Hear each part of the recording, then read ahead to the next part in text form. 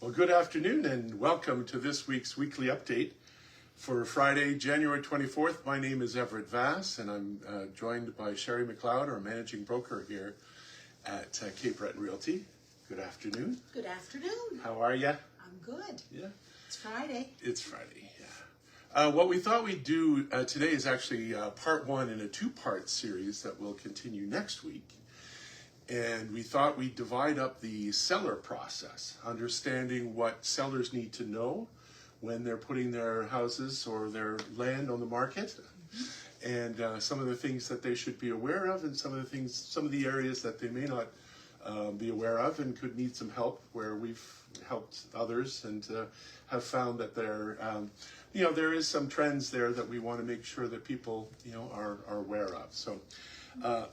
We're going to do an introduction of why this is important, because we do deal with people on a daily basis that are running into some of the issues that we're going to talk about, but also the benefit from experience of working with a real estate agent, a realtor. Mm-hmm. So it's important to understand the selling process, and it's also important to get a big picture view of it. Rather than getting lost, for the forest for the trees kind of thing, to understand what ultimately is the goal, and how can we best get to that goal. So we've divided it up into several sections, and the first one, of course, is probably one of the most important things. It's setting the right price. So that's our number one consideration. We want to make sure that we're doing a proper market analysis, that we're doing a proper assessment, and rather than trying to do a self-appraisal based on what we believe the house or the property is worth, and then preparing for the sale. What are some of the best practices that we've seen and other people have done that could increase their chances of selling, and increase their values, and increase the value as well. Mm-hmm. The importance of first impressions, obviously, and the importance of professional photography as well as virtual tours. Mm-hmm. We've seen a lot of new technology that has really come up recently, involving using AI and various techniques to improve the productivity of realtors, especially in terms of putting listings up and understanding what are the features that we should be promoting and so forth for a given property based on what AI has been able to offer. Yeah. So that's interesting. And then, so the last portion of today's talk is going to be on marketing. What do we do to market a property once it's listed? So that will be today's session, and then next week we're going to get into the navigating offers and negotiating and closing the deals. So that's ultimately what we want to get to, obviously, yeah. So let's start off with doing the proper type of setting of the price initially, setting expectations and so forth. What is it that you recommend to clients who are getting into selling their homes? Well, first of all, you can never price your own property, right? We all know that. Even a realtor can't price their own property because they have prejudices, right? So they can't be, objective at all. Yeah, right? Yeah. And they never see any problems, or they see nothing but problems. It goes one way or the other with their property. So it's important to have a professional opinion, a professional person come in, and a realtor, of course, from Cape Breton Realty, come in and do an analysis on it. And in order to do that, we have to see the property so we know what we're comparing.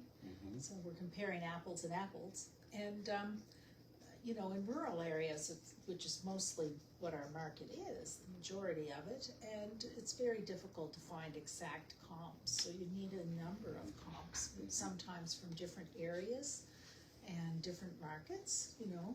If I'm trying to price something in Inverness, it's not the same as a property in Loch Lomond.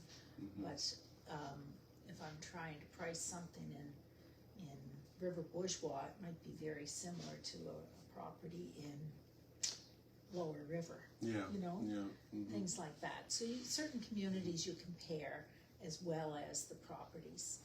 So you have, And you have to be also mindful of shifts in pricing, because a year or two ago, prices were not what they're like today. You know, sort of. in That's fact, also.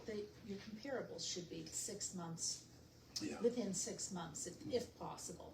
If not, then you have to go to a year, but to go 2 years is just out of the question. Right. You know. Yeah. We're too, the market changes way too quickly for that. Mm-hmm. Right? Yeah, so the initial interaction that we have with clients who are interested in selling usually involves some kind of comparative market analysis. That's job number one. If you can price it right, Yeah, it's half sold, right?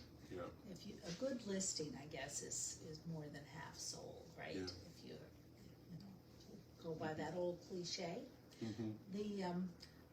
The big thing is that when we go to visit and we see the property, and then we can come back with comparables. Mm-hmm. Mm-hmm. Get comparables before we get there, based on a lot of information that we pull off of the internets from Right. the tax Mm-hmm. account, assessment account, or whatever. We have the square footage and things like that, the year it was built. Yeah. So we do have a fair amount of information going in.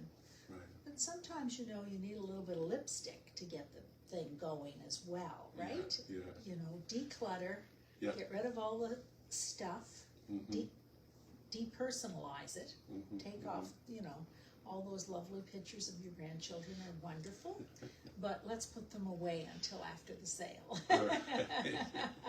Yeah, so I think that's one of the again, where people have a hard time sort of distancing themselves from the sale, thinking that what they like about the place is not necessarily what others want to see or find attractive. Yeah.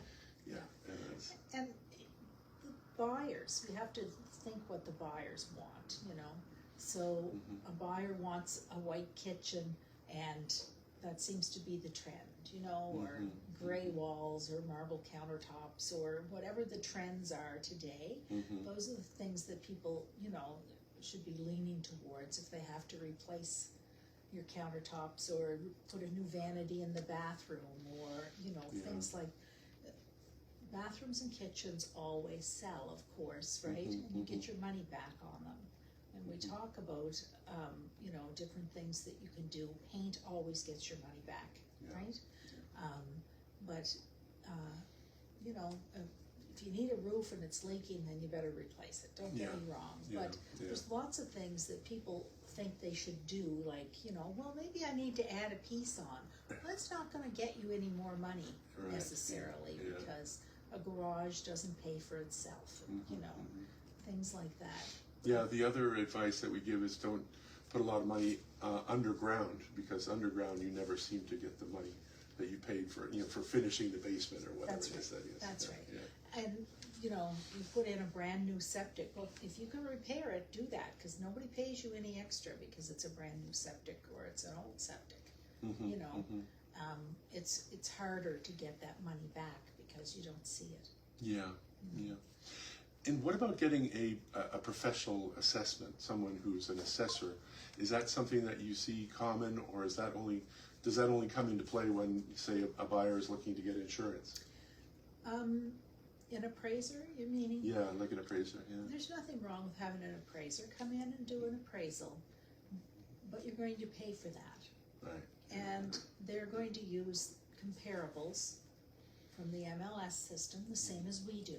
Yeah, yeah. Now, the difference between what they do and what we do is they base their price, their value, on history. Yeah, on what So has what's sold, already happened. Yeah. We base our price on history plus future A sales. competitive marketplace, yeah. Because we're taking into effect, okay, everything over here sold last year for $200, $250, $225, average price is $225 then. Yeah. Well, that's the appraiser tells you. The realtor tells you, but there's nothing on the market anymore for $200 or $225. Everything is at 240 and up, right? So everything that looks like that in that size, that, you know, that category of a home. So an appraiser's gonna tell you go to 225, and a realtor is gonna say, let's do 240 or 249 and see where that goes. We can always bring it down, but we can't, you know, it's hard to fathom putting it up, right? So we look at it from different perspectives. They're looking at an appraisal generally for, okay, if the bank wants insurance, that they're gonna get their money back, then we're gonna go in low. We're looking at, let's get you the best prices possible. And we're not charging you for that service. No. You're not gonna get a report that looks the same as what the bank is looking for.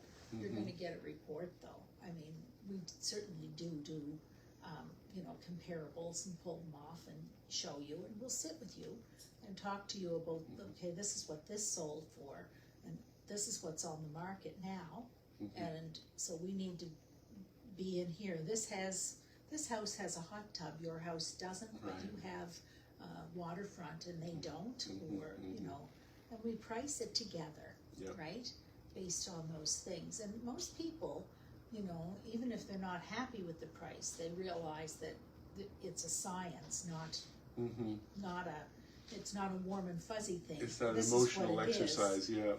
yeah. It is what it is, right? Right. Oh, but I think mine is worth so much more. Of course you do, because it's yours, I know, right?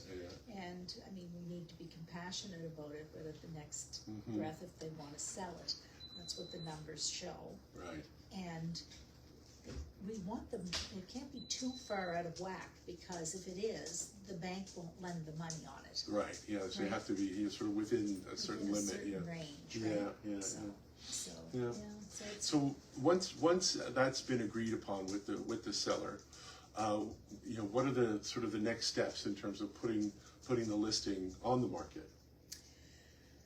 well, like I said, of course, you have to declutter and sometimes paint or take up carpet and put in new flooring, or, you know, there's often things to do to prepare for the market. Maybe it's a roof, maybe it's a window, maybe it's, you know, paint the deck, mow the lawn, you know, whatever. Maybe it's vacant land we're talking, and it's not all those serious things, but we need to have access to get to the water if there's waterfront. Let's cut out a path at least to get us in there, right? So that buyers, when they get out of their car, they're not going bushwhacking, you know, that kind of stuff. Once those things are ready, and we're actually ready for the market, we need some marketing material, right? So we need good photos. Yeah. If we aren't able to take good photos, we need to hire a photographer to take those photos. And depends on the, you know, the value of the home, of course, how much we're going to spend on marketing. Sure, yeah. But, or the value of the property. But you're gonna need drone footage, you're going to need good photos, sometimes just a simple floor plan will, I think stats say it's something like, you know, 25 or 28% more that you'll get for a property with a floor plan. Yeah, because people can then sort of visualize it better, can see, you know, where their furniture is going to fit. So your Matterports that we do, you know, they're expensive. They cost us a lot of money to do a Matterport. But if it's going to mean the difference between you getting, you know, more than 20% more for your property because you have a Matterport done, I guess you can afford that in the marketing costs, right? So, you know. So for those who are not familiar with Matterport, it's a 3D immersive sort of virtual tour. That's right. So you can mouse around within the house and explore and see what what. Oftentimes you also have the ability to see the distances, the measurements and so forth involved. Yeah. So that's been something that has come on in the last few years anyway, and it's become almost a requirement for listing, a standard within because that sort of sets the bar, and people want to be able to view it virtually before they actually make the effort to go. That's right. Particularly, really during COVID that took off, Yes. Yeah. right? Because people weren't able to get here to view properties very often. They were buying from away. Yeah. And so, you know, and the same went with the air photos, you know, and the drone photos, right? Because you're not there, you need drone photos so we can see the neighborhood, we can see, you know, the views, we can get a better perspective on things, and we should have been doing it years ago. Yeah. You know? Well, the good thing is the technology has evolved. Yeah. And it really is. We're seeing, you know, it's leaps and bounds. Yeah. Just it's quite interesting. Yeah. Yeah. So there's a lot more involved, eh? Than people realize. As far as the marketing goes, for sure, it's pretty hard to do those kind of things yourself, right? Yeah. And then of course, you know, it's vital to put your house on the MLS system if you want to get the highest value. You have to expose it to the most people. That's right. If you're not on MLS, you're not going to get the highest value for your property. Yeah. You know, it makes absolutely no sense in our marketplace today to not use MLS. Yeah. Because a majority are not, you know, people who are buying in Cape Breton are not necessarily people from Cape Breton.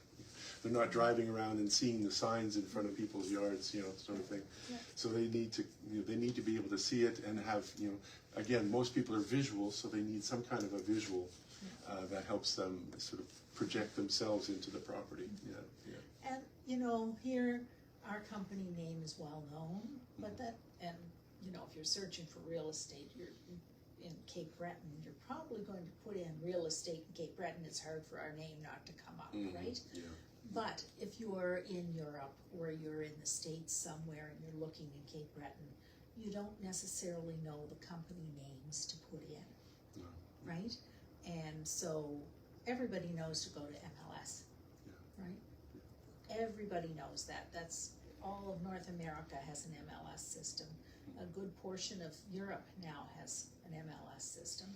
So, you know, it's going to get you the most exposure, and with the most exposure, you know, you're going to have more competition for your property. Yeah, yeah. And we see a lot of traffic coming from Realtor.ca as one of the sort of the primary feeds into our to our interest base anyway. So that's become sort of a Canada-wide, at least universal, you know, point of contact. Yeah. We get leads coming in from Realtor.ca. And all of the states as well. Yeah. Right? Realtor.ca and is our MLS system, and MLS.com is the American one. But if you put in Nova Scotia in the American one, it will automatically redirect you, you know, to the Canadian one, right? So it's really North America wide. Yeah, yeah. And we're seeing a lot of interest coming in, so it's working. It's working. It does. It does. So, you know, what else would a seller need to understand in terms of marketing the property? Is there anything else that you might want to talk about? Well, you know, we're going to talk to them about access and setting up appointments, all of those things. You know, people don't want to wait 3 days to get in. They want to be able to get in within 24 hours usually, or sooner. Yeah. That's kind of a big one. And as far as we have all the realtors on the MLS system are able to show the house. They're only working with one realtor. They're not going to have to answer calls from all the realtors in the area. One realtor is going to call them and say, we'd like to set up a showing, or actually today we mostly don't call them. We use showing time, which gives them a notification. And so, and you know, it's much harder to screw up when it automatically goes into your calendar, right? And you have time to get your ducks in a row. There's a key in a lockbox, and the realtor gets the code and is only able to get in during certain times and knows it. You know, it's very organized. But you know, also we tell people quite often, you should turn on all your lights so that the realtors or the people are not all over the house with their hands up, you know. Searching for switches. Yeah, and you know, that's one thing. Make sure to take your pets with you when you leave. Right. Pick up the dog food dish because you know you can smell dog food when you don't have a dog. You can smell dog food when you walk in the house. Not very appealing. People that have animals, they don't. They're desensitized to those things, so they don't know that unless you know someone points it out to them, and they're like, "Oh, my little Charlie is different." Yeah, put little Charlie in the car and take him with you. And of course, a big part of the marketing that we do nowadays is based on social media. So, what have you found there, and what are some of the best practices? Because we're no longer doing, mailing distributions. That's just, sort of a thing of the past. Yeah, seems. Snail mail is. Snail mail is not, it doesn't do it. Canada Post yeah.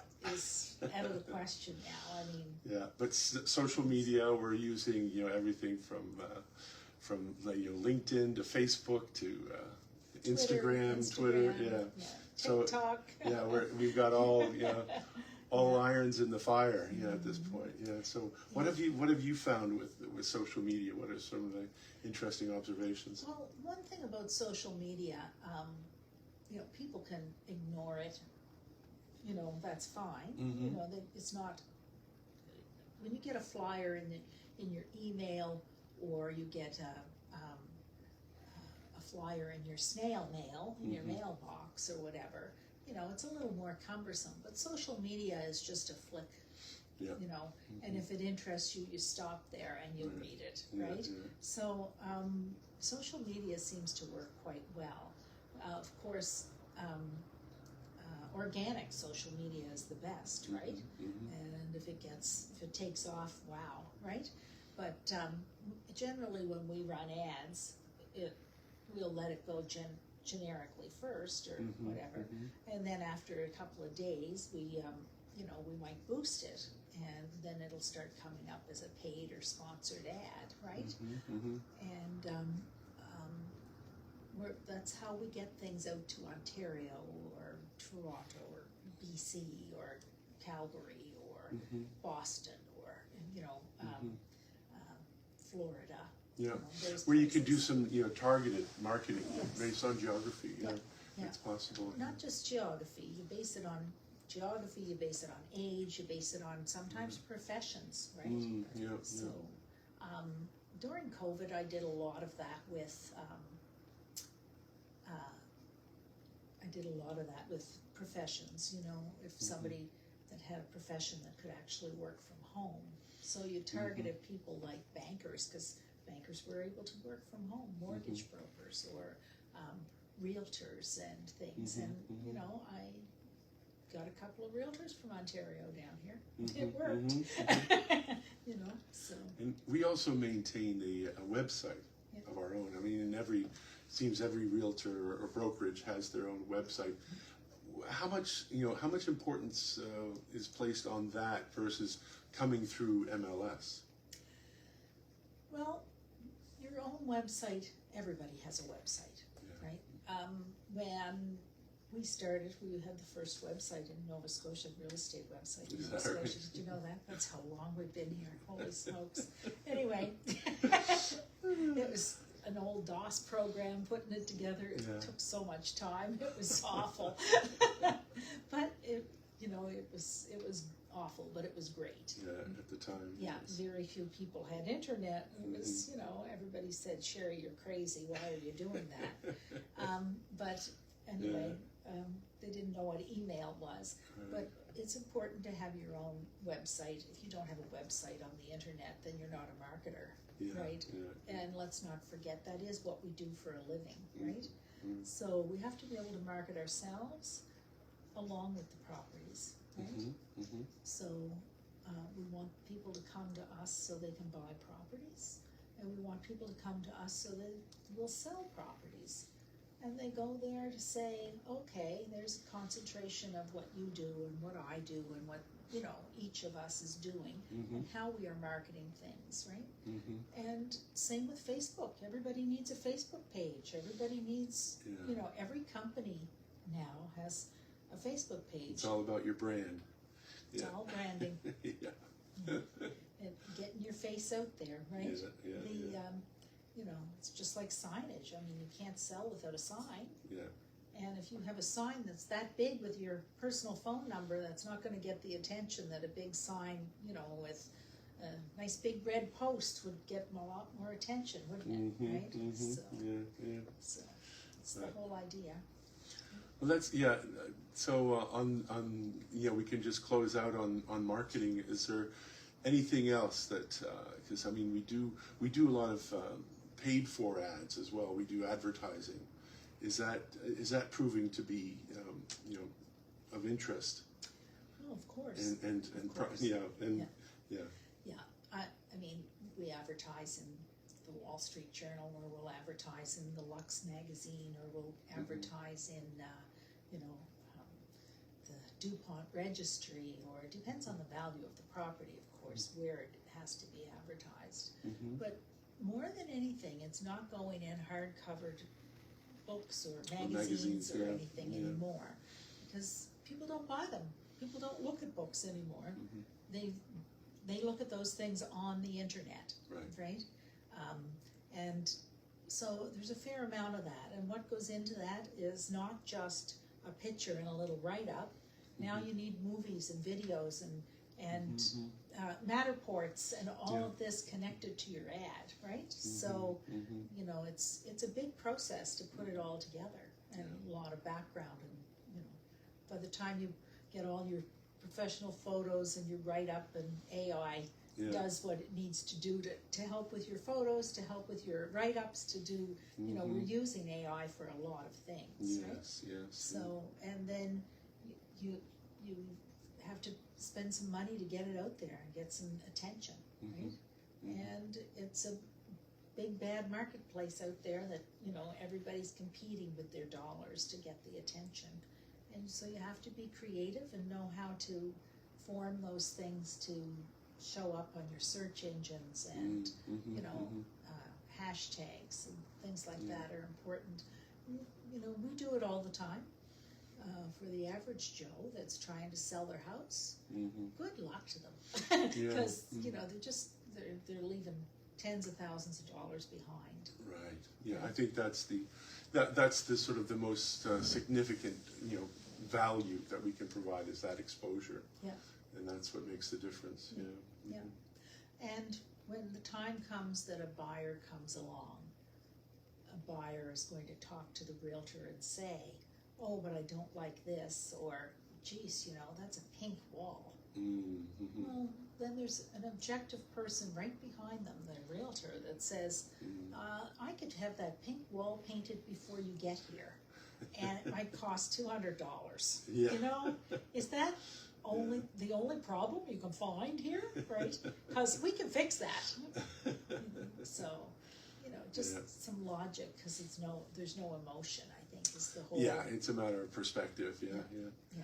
Well, that's great. Well, thank you for those insights. And if anyone has any questions, we're available. My email is Everett, Everett, at CapeBretonRealty.com, and Sherry's is SHERRY at CapeBretonRealty.com. And we'd love to hear your comments and any questions that you had about this video and any future or previous videos. We'd love to get your feedback if this is something that you find useful.